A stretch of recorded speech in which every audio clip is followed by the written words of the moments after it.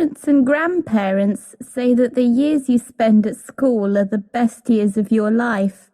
Maybe it's true for some young people, but it wasn't like that for me. Not at the beginning, anyway. My name is Alice May, and I'm 11 years old. I lived with my family in London until my father got a new job in St Ives. We moved to beautiful Cornwall one summer. This is my story. The sun shone over St Ives, a seaside town in Cornwall. It was a busy fishing port. There were small stone houses and white sandy beaches.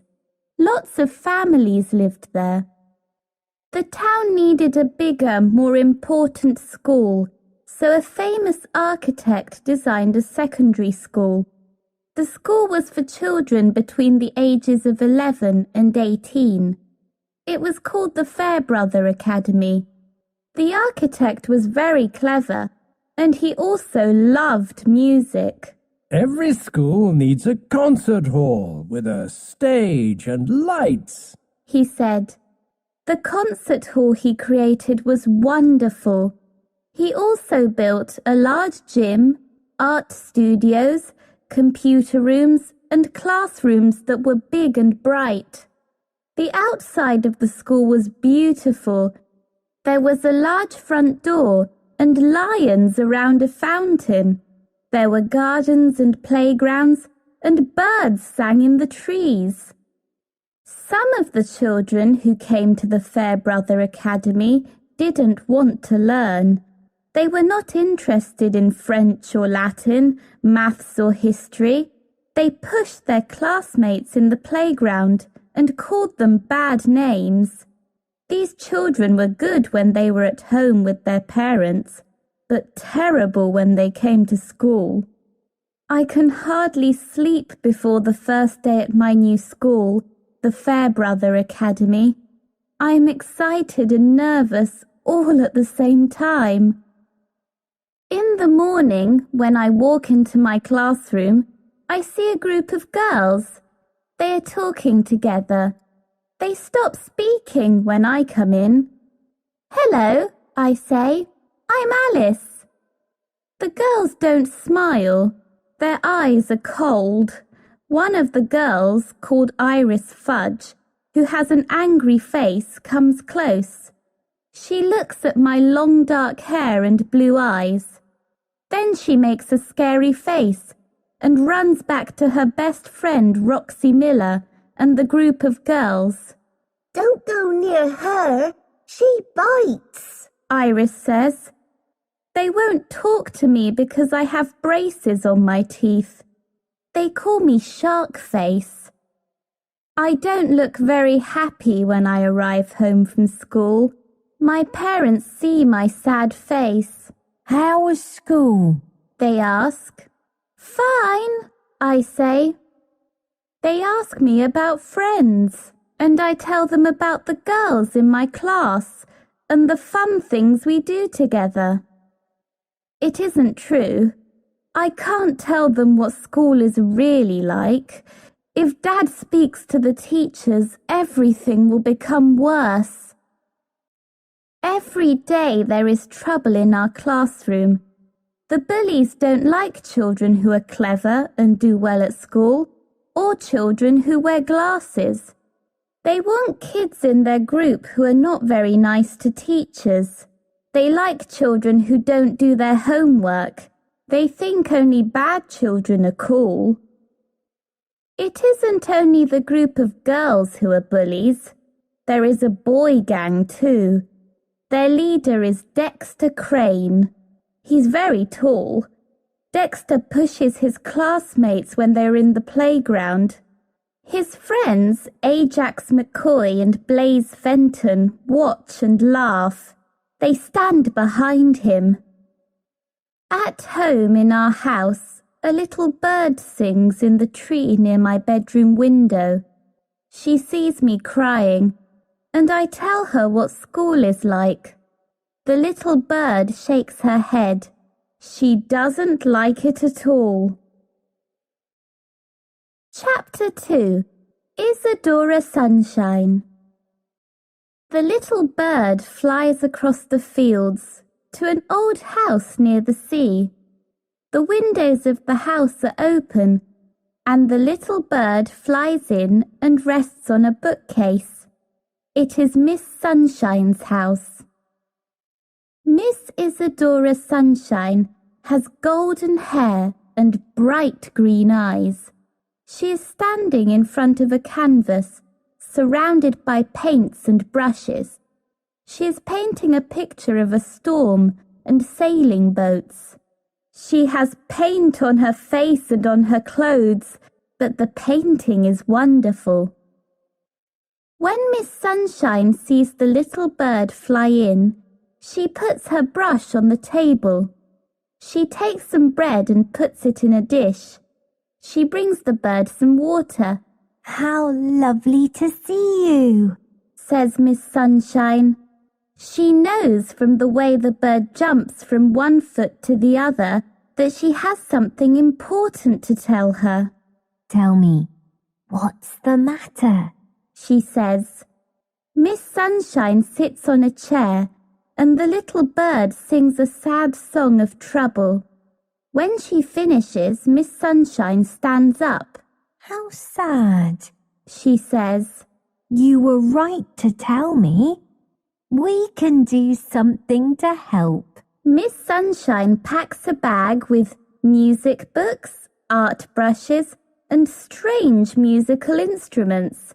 She puts her bag in the car and starts the engine. Hold on tight, she says to the little bird.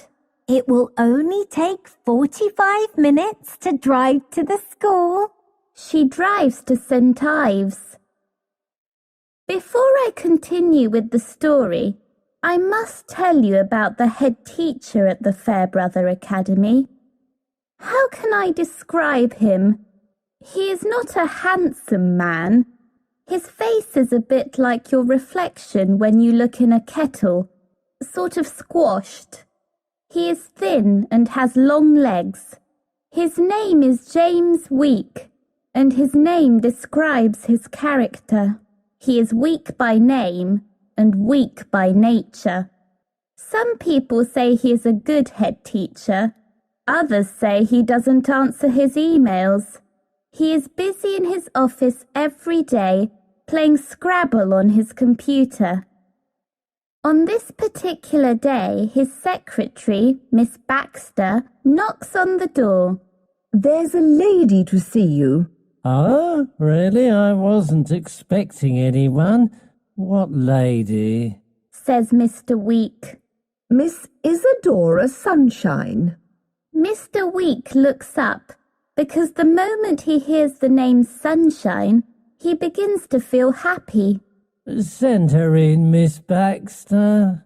Miss Isadora Sunshine is wearing a yellow dress and she smells of sweet flowers.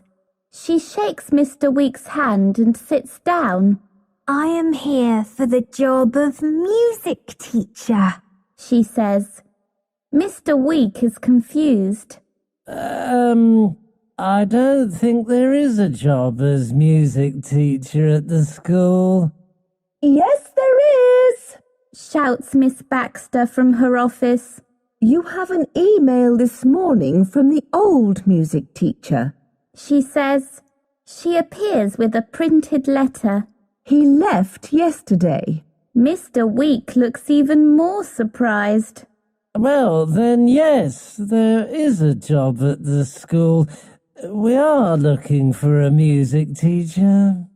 I want good behaviour in the classroom, says Miss Sunshine. Of course, says Mr. Week. But we are a friendly school, Miss Sunshine. We allow children to call teachers by their first names. Miss Sunshine smiles and shakes her head. I'm sorry, Mr. Week, but I won't allow that in my classroom. Respect is very important, and I am here as their teacher, not as their best friend. I see, says Mr. Week. He looks confused. There may be other candidates, He says in a voice weak as water. Mr. Week, there are no other candidates, and there is no one better than me. Mr. Week looks at Miss Sunshine. He agrees, but he doesn't say anything. So, Miss Sunshine says, if there are no more questions, I would like a copy of my timetable so that I can start this minute. Chapter 3: A Classroom of Sunshine. No one talks to me at school. I feel alone as I stand at the side of the playground. There are the cool kids, and there are the ones people don't speak to, children who are different. I want to speak to them, but I'm afraid of Iris Fudge and her gang. The teachers know there's trouble in our class, but they don't see children push their classmates or hear the bad names. The bullies are clever. Sometimes we speak to a teacher, one who has an understanding face. Write everything down. The teacher says to us. I will make a report and pass it on to the head teacher. We write a letter, but nothing happens. Things are getting worse. The bullies can contact me in cyberspace at every moment of the day and night. Why can't they leave me alone? And then Miss Sunshine comes into my life. Children stop talking and texting when she walks into the music room in her yellow dress. Her hair is long and golden. She ties it with a silk scarf.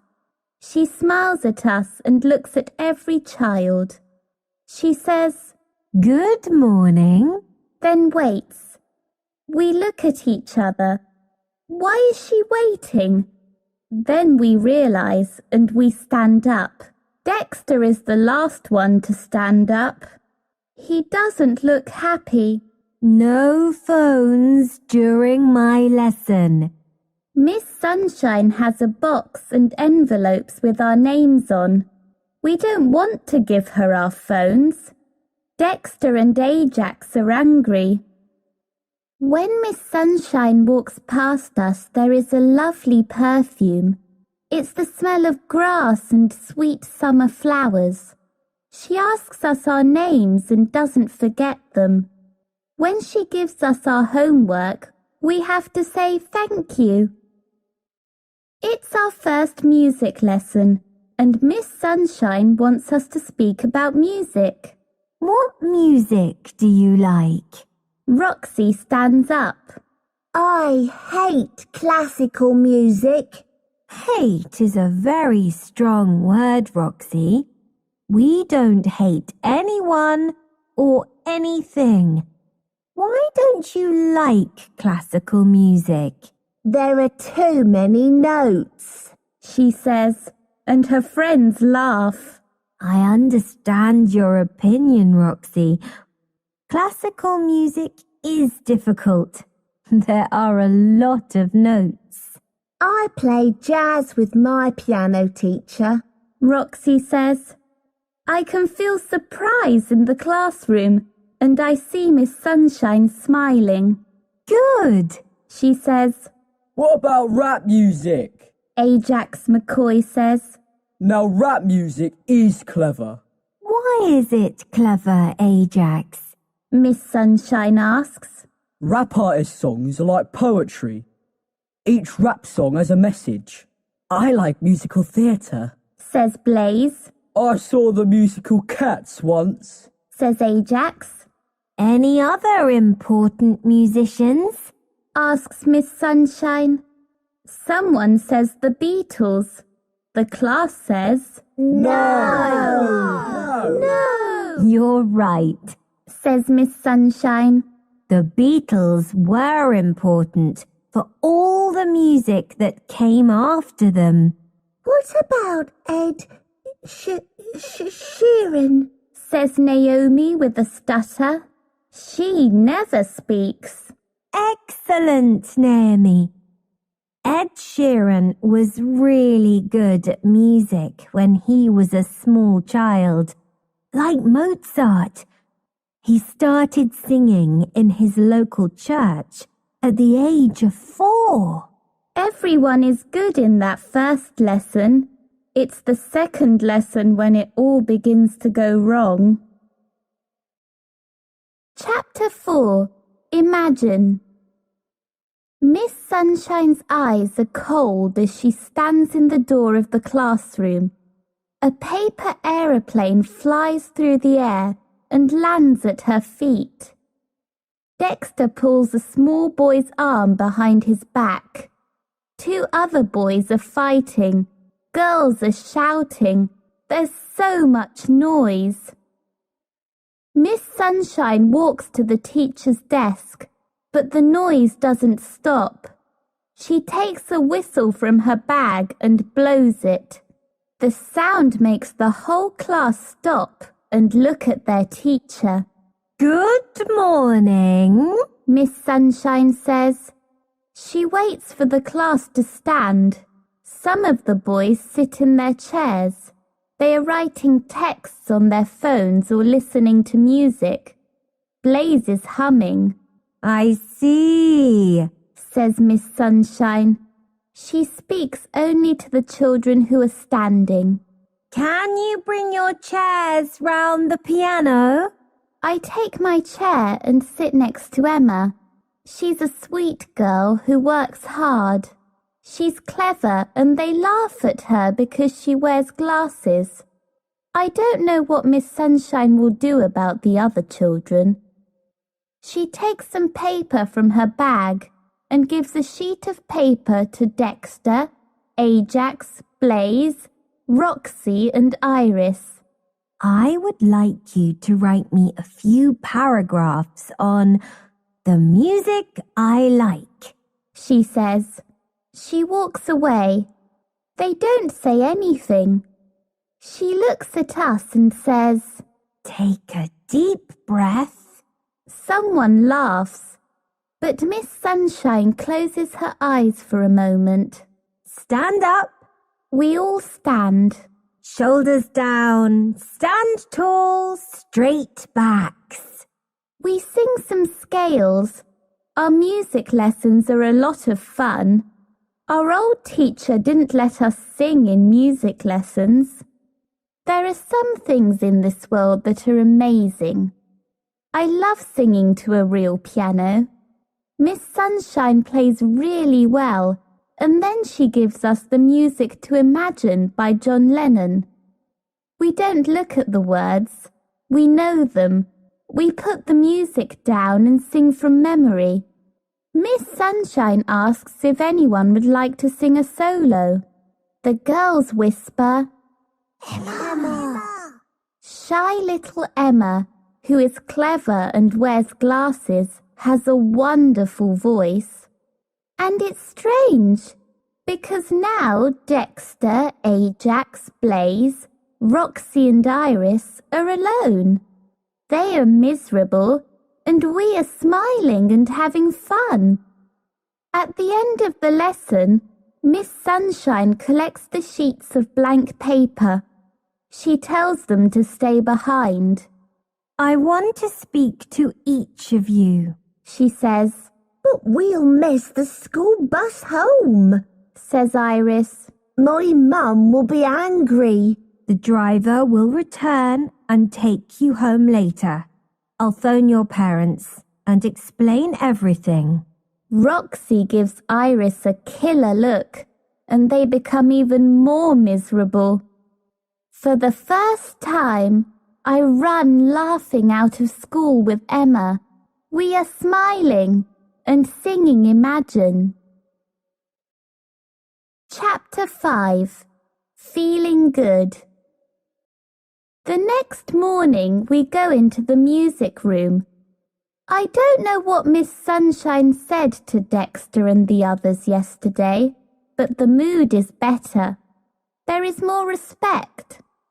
Roxy and Ajax are sitting quietly. They aren't sending text messages. Blaze isn't humming. Dexter isn't rocking on 2 legs of his chair. I hope we are going to sing round the piano. But Miss Sunshine takes an unusual object from her bag. This is a singing bowl, She says. When I run this wooden stick around the bowl, it makes a sound like a bell. This bowl is very old. Listen carefully until you can't hear the sound anymore. The singing bowl makes a mysterious sound. It sings in my head. About a minute passes. There is complete silence in the classroom. What can you hear? Miss Sunshine whispers. Nothing at all, miss, Says Emma. Remember that there is silence in music too, and moments of silence are important in our lives. Sound and music can help, and mindfulness helps your brain to work better. Let's make a brain.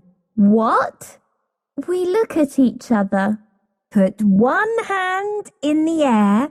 Says Miss Sunshine. Now put your thumb across and curl your fingers over the top. This is the brain. Cool. Says Ajax. The mind is complex. It talks. Sometimes there's a lot of stress in our heads. My brain is always talking to me. Says Ajax. That's fine.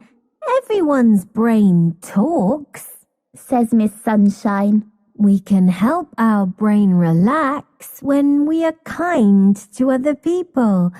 It makes us feel good. Singing makes me feel good. Can we sing again, miss? Asks Ruby. Of course we can. Bring your chairs closer to the piano. Miss Sunshine gets us to sing some scales. Miss Sunshine asks Roxy to play the piano. Roxy looks shy at first and says she's too embarrassed to play in front of everyone. When Miss Sunshine says that Roxy can play some jazz, she jumps up. Roxy has got great rhythm. She's really good. I didn't know she had this talent. We sing a song my mum likes, You've Got a Friend by Carole King.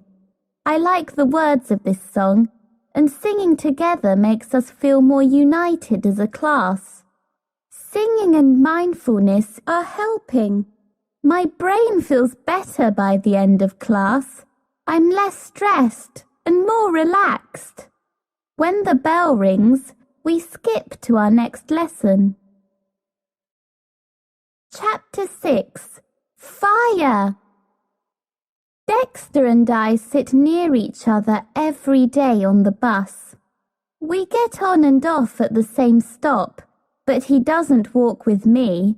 He walks far behind me. He kicks stones along the road. I hurry ahead because I want to get home. I know where Dexter lives. I pass his house every day, but this afternoon, as I look across his front garden, I stop. "Dexter!" I shout.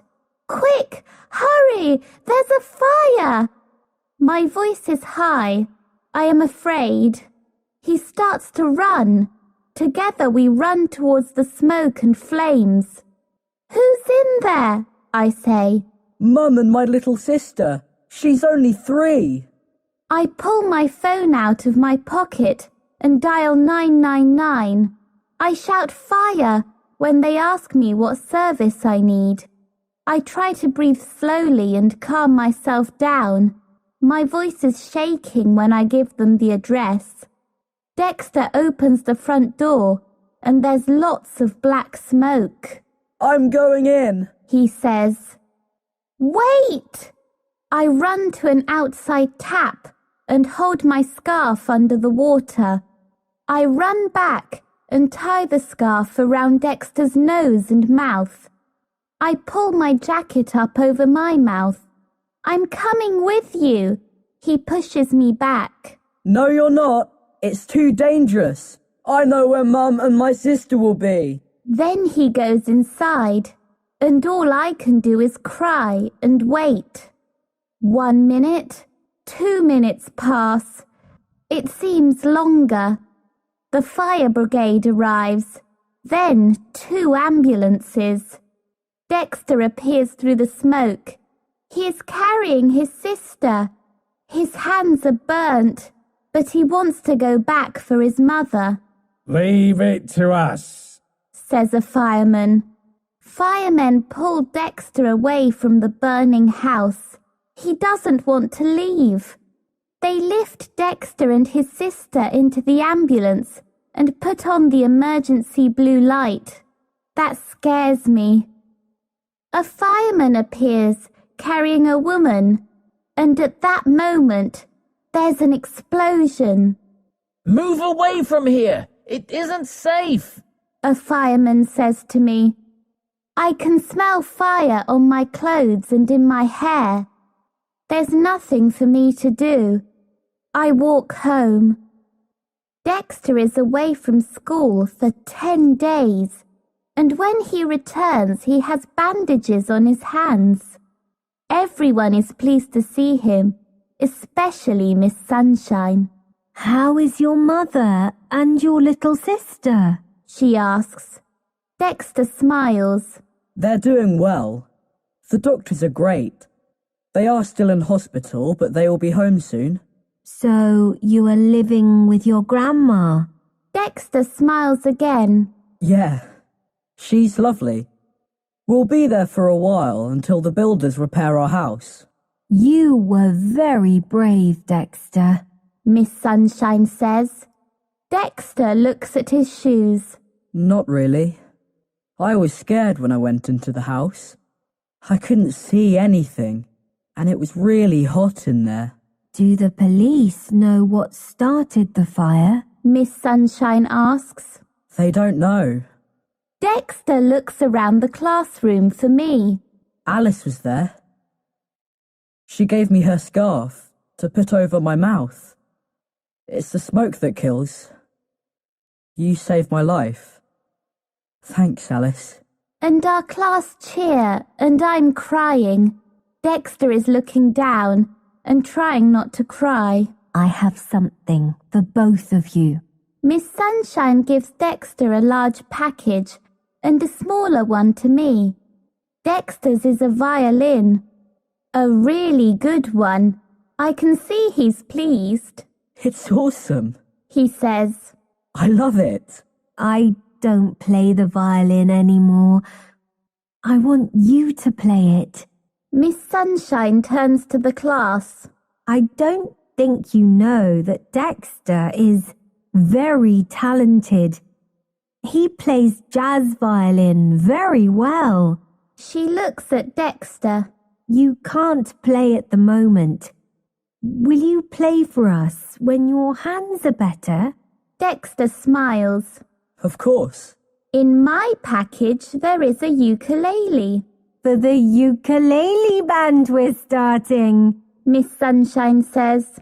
It's easy to learn, and I want the band to play in the school musical. A musical? A musical! Everyone says together. We all smile. Chapter 7. Everyone has a talent. My world is different, and everything is better. We all talk about the musical. We don't walk to classes, we dance along the corridors. Ajax, who's good with words, is writing the story, and we practice the songs every day. Our voices are better, stronger with Miss Sunshine teaching us. Mr. Week hums when he passes the music room. Everyone has a talent. You just have to find it. Miss Sunshine says during our lesson. She's right. There are so many people in our class who have a special talent. Iris Fudge is a brilliant dancer. We didn't know. I love watching her when she's dancing. She becomes someone else, so beautiful and full of life. She's practicing after school every day with some girls who study ballet. People who are good at art are painting the scenery. And me? I'm singing in the chorus and learning the ukulele in my free time. I follow lessons online and I practice in my bedroom. Dexter is responsible for the orchestra and their rehearsals. He's very musical. He has a great feel for rhythm. And he's changed. He's kind to people, and that can make you feel good. And the funny thing is that Dexter is different physically too. His eyes are not small and hard. They are soft. He looks taller, more responsible. He smiles a lot. Dexter is someone I can trust. He's playing the violin again now that his hands are better. The sound he makes is beautiful. When he plays, I feel happy. We travel home together on the bus, and he talks about the music and performers he loves. He wants to go to music college in London when he finishes school. How often do you practice? I ask him. Every day. An hour before school and a couple of hours when I get home. Wow, I say. If I work really hard, I'll pass the audition. And then what? I ask. A career in music, I think. He says. I can play in an orchestra or form my own jazz group. What do you want to do, Alice? I want to be a doctor, I say, in a small voice. We sit in silence for a minute, and I start to panic. I'm expecting him to laugh and return to the old Dexter, but he smiles. You'll do it, Alice. It won't be easy and you'll have to work hard, but I know you'll do it. And I'm not sure why, but I feel strange. Chapter 8. The Talent Scout. There is no bullying anymore, and there is more respect for the teachers.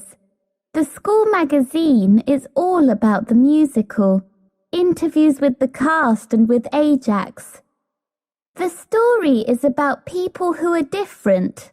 We can't all be the same. The message is to be kind to someone every day. Most of all, it is about the power of friendship. Tickets are sold out for all 5 performances, and we are all excited.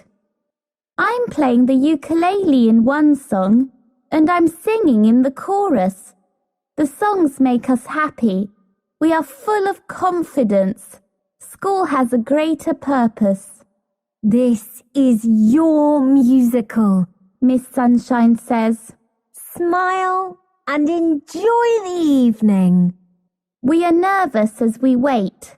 It's 5 minutes before the musical starts, and I look round the curtain at the audience. The concert hall is full. Why have all those parents brought video cameras?